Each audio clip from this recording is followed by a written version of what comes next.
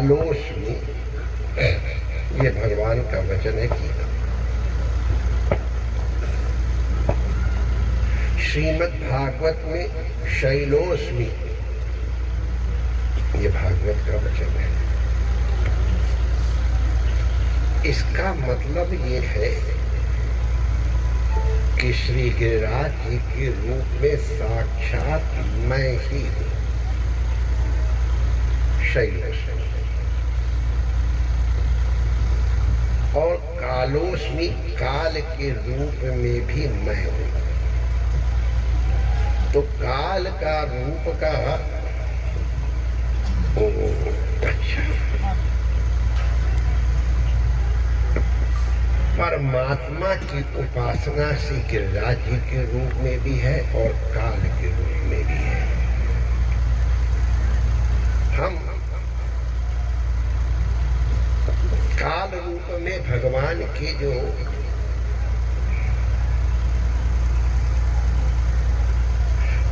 नए नए नामधेय हैं,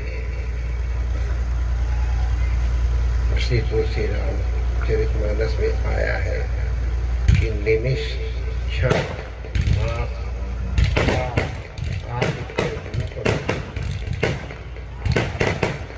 ये परमात्मा के तत्व है, अंग। देश, महीना, युग, ये सब भगवान के रूप में। आज हम नव वर्ष का स्वागत कर रहे हैं। ये नव वर्ष, कई लोग कहेंगे महाराज ये तो क्रिश्चियन न्यू ईयर है, आप ये न्यू ईयर क्यों मना रहे हो? आप तो चैत्र में पदा के दिन से नवरा संवत्सर होता है। देखो, अभी हमने आपको बताया कि काल के जितने भी रूप हैं सब भगवत रूप है। हम संवत्सर अपनी उपासना के लिए करते हैं, संकल्प के लिए करते हैं। और व्यवहार में तो यही तारीख लिखनी पड़ती है, डेट ऑफ बर्थ, और ये चलेगी परिचय पत्र। कोर्ट में जाओगे तो, स्कूल में जाओगे तो कहीं जाते व्यवहारिक नववर्ष है। रात दिन इसी से काम लेते, इसलिए व्यवहारिक नववर्ष के रूप में भगवान की हम उपासना करते हैं। ठीक 12 बज रहे हैं, इसलिए जय जय श्री राधे।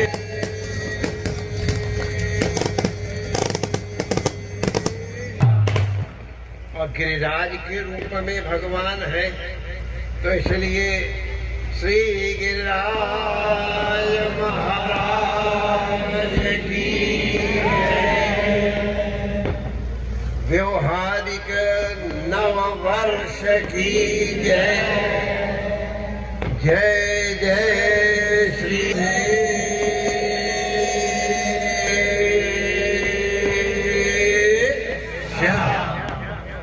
सबको नए वर्ष की बहुत बहुत बधाइयाँ।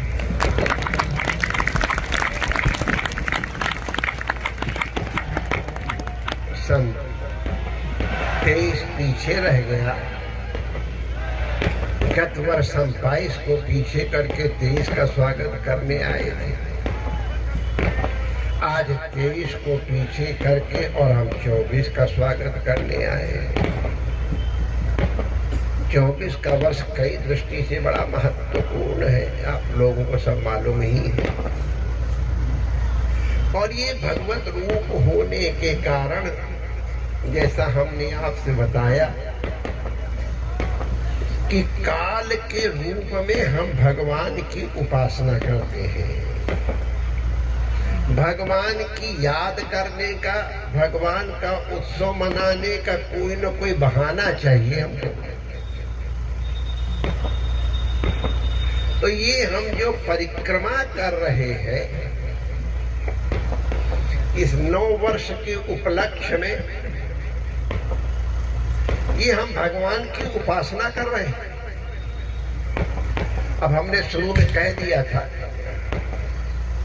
उसको कुछ माने हैं और कुछ लोग नहीं भी माने हैं। तो हम अपने कर्तव्य से मुक्त हैं। हमने सबको कह दिया था कि मार्ग में कोई बातचीत मत करना,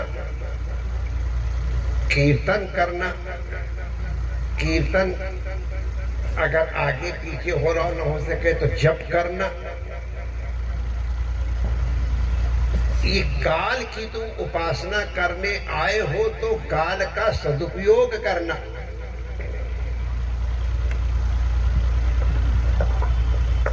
कुछ लोग सदुपयोग कर ही रहे, मैंने देखा अधिकतर लोग कर रहे हैं, लेकिन कुछ लोग गुरु को तो बहुत मानते हैं, बहुत मानते हैं, जोर से जय बोलते हैं और कोशिश करते हैं सबको धक्का मार के गुरु को दंडवत कर रहे हैं, लेकिन गुरु की नहीं मानते। गुरु को न मानो चलेगा, गुरु की मान लोगे तो तुम्हारा कल्याण हो जाएगा।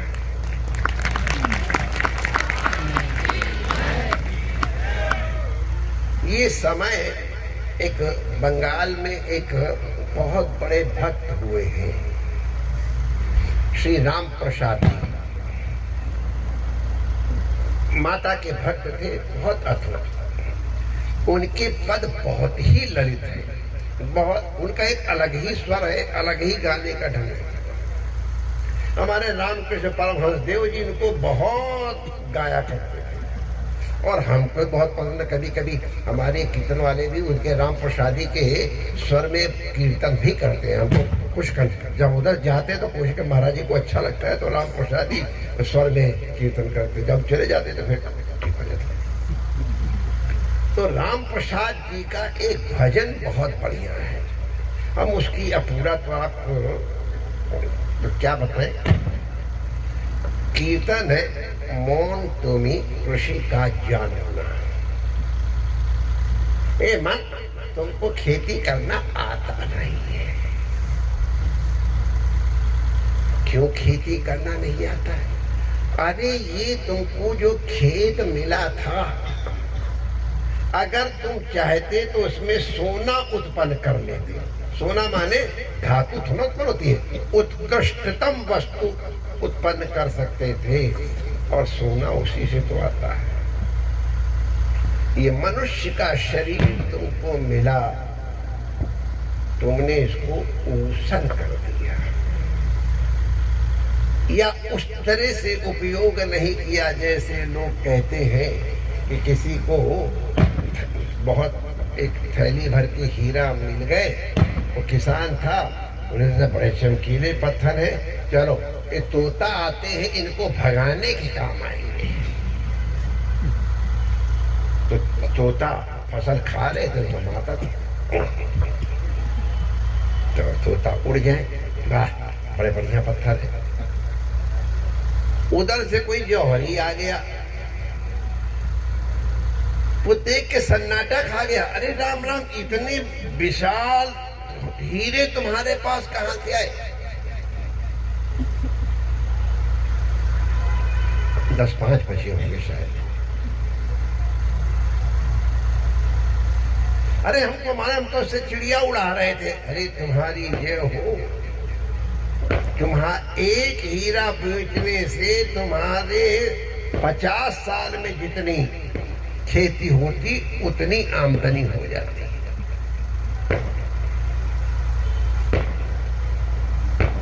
तुमने तोते उड़ाने में इनको व्यर्थ कर दिया है।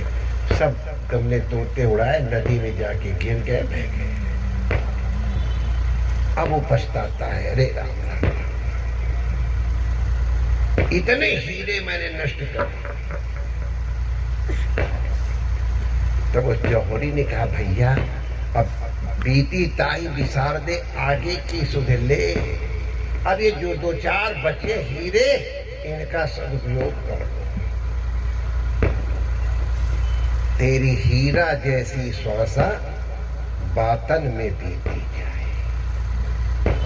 आहार निद्रा भय मैथुन में हमने अपनी हीरा जैसी श्वास व्यर्थ कर दिया। निंदा में, स्तुति में, दूसरों के दोष देखने में लगा दिया। भगवान ने कहा सर्वेषु कालेषु माम अनुस्मर। हम ये बात कहने के लिए प्रसंग उठाए। सर्वेषु कालेषु माम अनुस्मर ये विधि है और युद्ध च आनुषंगिक है।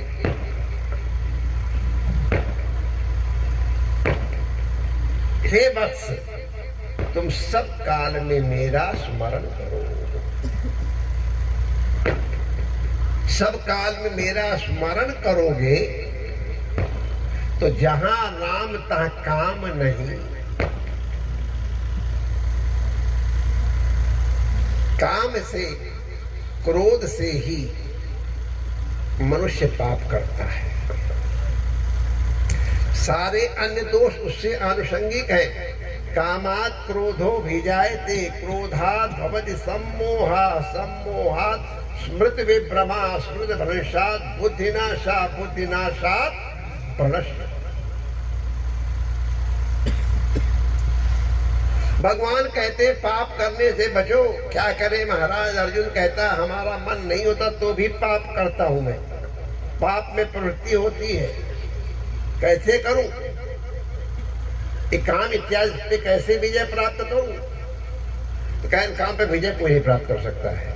काम तो जब तक रहोगे, शरीर सब रहेगा तब तक काम रहेगा।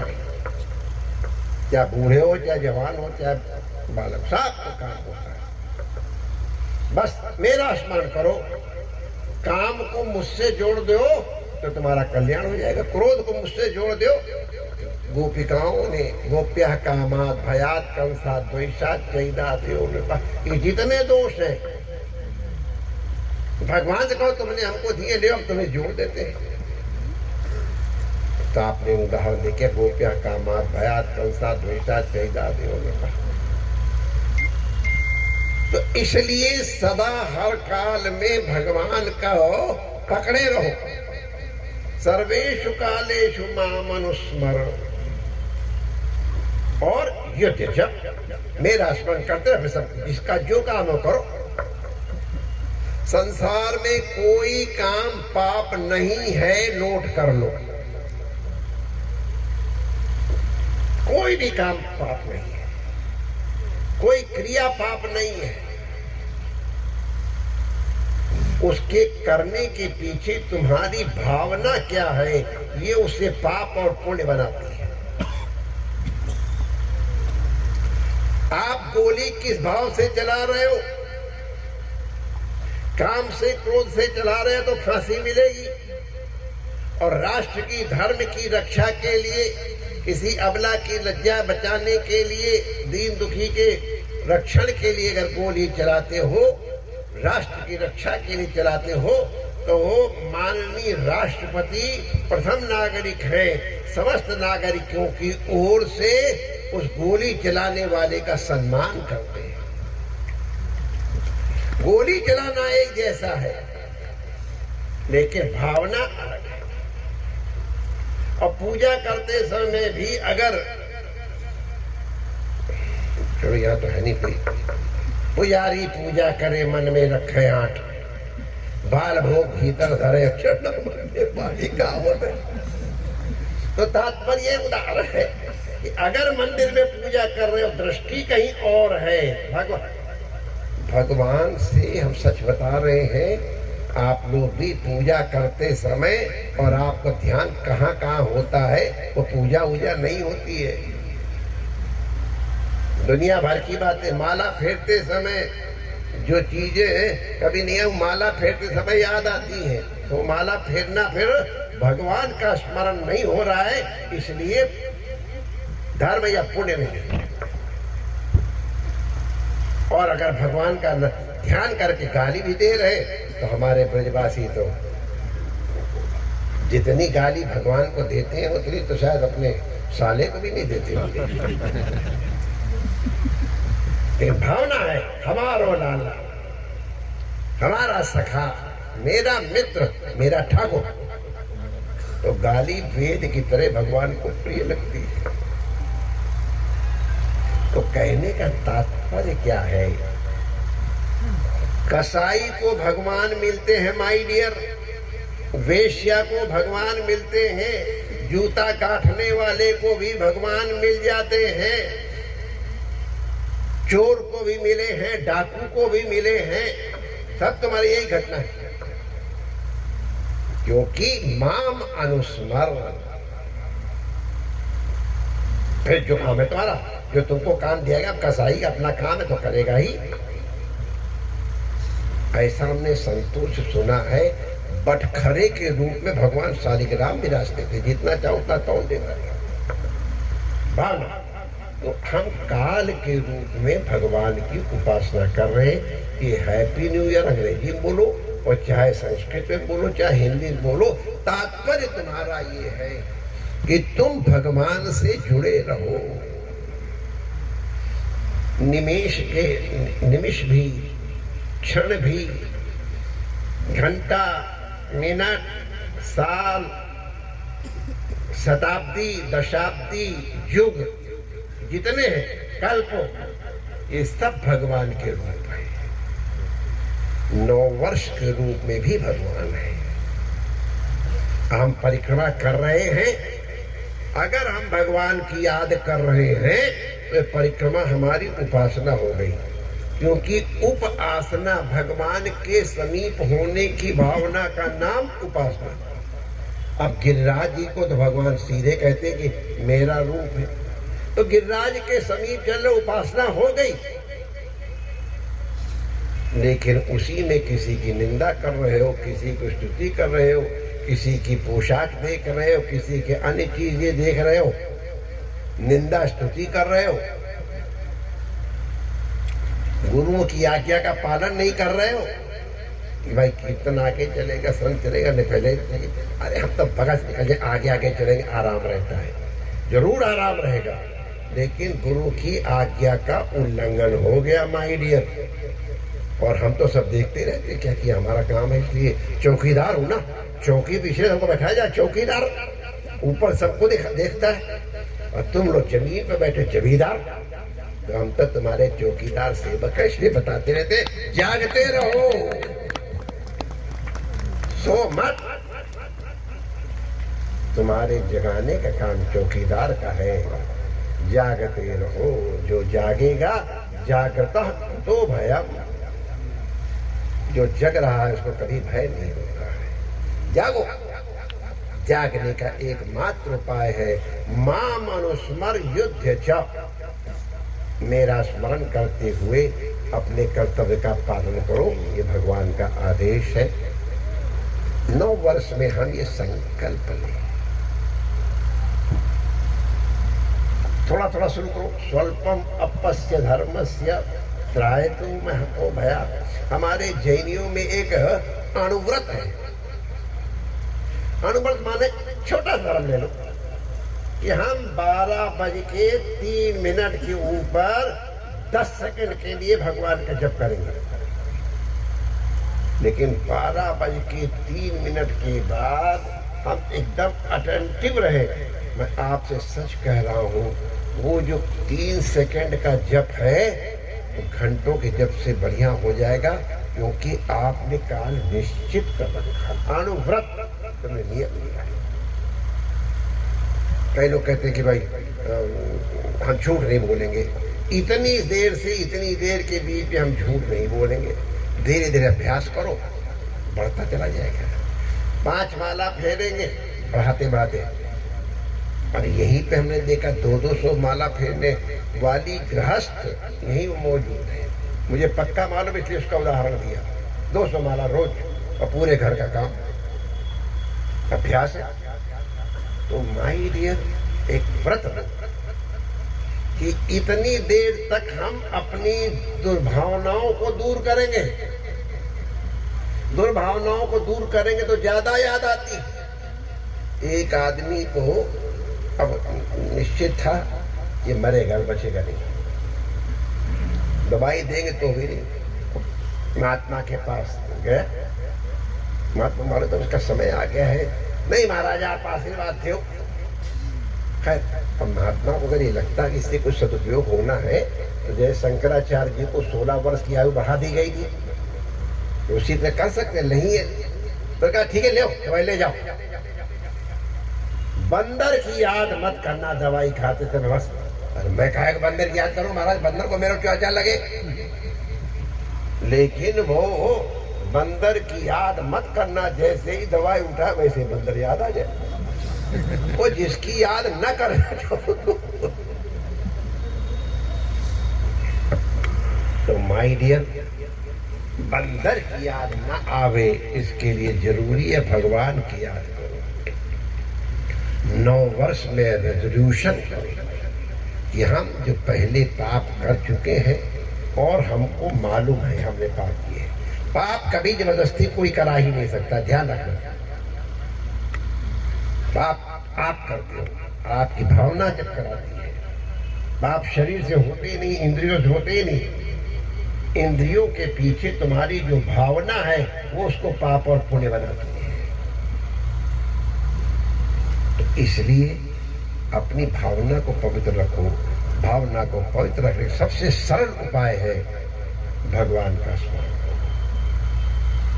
जहां राम तह काम नहीं, आज आप काल के रूप में भगवान की उपासना करो। श्री कृष्ण काल भी है और श्री कृष्ण गिरिराज जी भी है। गिरिराज की सन्निधि में आप काल के रूप में भगवान की उपासना करने के लिए आए हैं। जितने अच्छे ढंग से उपासना कर सकोगे, इतनी देर जो हो गई सो हो गई, कम से कम आगे तो ठीक करना। अब लग नसानी अब न नसनी। गुरु की कृपा से अब नींद खुल गई है तो जगने पे फिर न नसई हो, फिर सोऊंगा नहीं। तो जागृत हो जाओ। उत्तिष्ठ जागृत प्राप्त वरान निबोधक। उठो जागो और जो श्रेष्ठ कर्म है उनमें संलग्न हो जाओ। तुम्हारा 9 वर्ष, तुम्हारा प्रतिदिन प्रतिक्षण मंगल में होगा। आपको बहुत बहुत बधाई। पुनश्च 9 वर्ष व्यवहारिक 9 वर्ष मंगल में हो। जय श्री कृष्ण। अब हमारे भक्ति महाराज हमारे इतने प्राचीन हमारे हैं। नासिक में त्र्यंबकेश्वर में हमारा हाथ इन्होंने पकड़ा था। अब क्या जवाब, अभी भी जोर लगा देते तो जवान कीर्तनिया पीछे हो जाते। मंडली लेके हमारे साथ कीर्तन करते चलेंगे, सुनेंगे। और हमारी मथुरा की जो कार्यकलाप की मंडली है वो भी अद्भुत है। बीच में वो चल रहे हैं कि जिससे कि जो पीछे रह गए वो भी कीर्तन करें। तो इसलिए कीर्तन सुनो और करो संकीर्तन।